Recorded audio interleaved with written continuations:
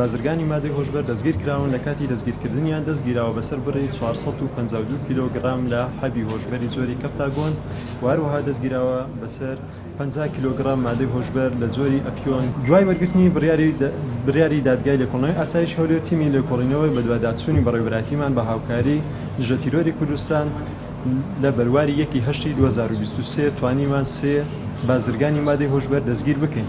لە لێکۆڵینەوەکان دەرکەوت کە ئەم سێ تۆمەتبارە ئەندامی باندێکی نێودەوڵەتی مادەی هۆشبەر و زانیاری تەواویان هەیە لەسەر چەند کۆگایەک لە ناوخۆی هەرێمی کوردستان و هەروەها لە ناوەوەی خاکی عێراق.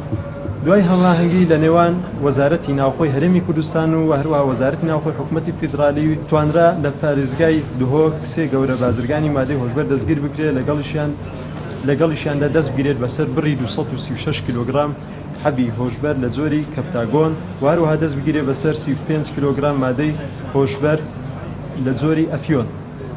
هەروەها لە ناوچەی ڕەبیعەی پارێزگای ڕوومادی بە هەمان شێوە 6 بازرگان دەستگیر کران لەگەڵیشیاندا دەست بەسەر بڕی 216 کیلۆگرام حەبی کەپتاگۆن دەستی بەسەر داگیرا و هەروەها 15 کیلۆگرام لە مادەی ئەفیۆن جۆری ئەفیۆن دەستی بەسەر داگیرا. و لێرەدا دەمێ ئەوە بخەمە ڕوو کە مادەی حەبی هۆشبەری زۆری کەپتاگۆن یەکێکە لە مەترسیدارترین جۆرەکانی مادەی هۆشبەر کە کاریگەری نێرینیەکەی بە شێوەیەکی ڕاستەوخۆ دەبێت لەسەر تاکو و کۆمەلگا.